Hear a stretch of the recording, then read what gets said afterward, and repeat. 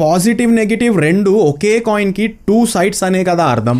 అలానే చీకటి అంటే డార్క్నెస్, అదొక నెగటివ్ ఎనర్జీ అని అంటుంటారు. కానీ మీరు కొంచెం ఎడ్యుకేటెడ్ అయ్యి ఉంటే, మనం స్కూల్లో చదువుకున్నాము, లైట్ అంటే ఈ స్పెక్ట్రమ్. ఈ స్పెక్ట్రమ్ కింద సైడ్ అంతా ఉండేది డార్క్నెస్సే కదా. అంటే వెలుతురు అనేది చీకటి మీదే కదా డిపెండ్ అయి ఉన్నది. లైట్ కి స్టార్టింగ్ పాయింట్ చీకటి, అలానే లైట్ కి ఎండింగ్ పాయింట్ కూడా చీకటే. సో ఈ లైట్ అండ్ డార్క్నెస్ అనేవి కూడా ఒకే కాయిన్ కి టూ సైడ్స్ అనే కదా అర్థం. అలానే మనందరికి హ్యాపీనెస్ కావాలి, సాడ్నెస్ వద్దు అంటే ఎలా పాసిబుల్ అవుతుంది? ఈ హ్యాపీనెస్ కూడా మీ మైండ్ లో రిలీజ్ అయ్యే కెమికలే, అలానే సాడ్నెస్ కూడా మీ మైండ్ లో రిలీజ్ అయ్యే కెమికలే. సో రెండు మీవే కదా, దీంట్లో పార్షియాలిటీ ఎందుకు? జస్ట్ ఈ నిజాన్ని మీరు చూడగలిగితే మీకు ఈ హ్యాపీనెస్ సాడ్నెస్ రెండు ఒకేలా ఫీల్ అవుతాయి.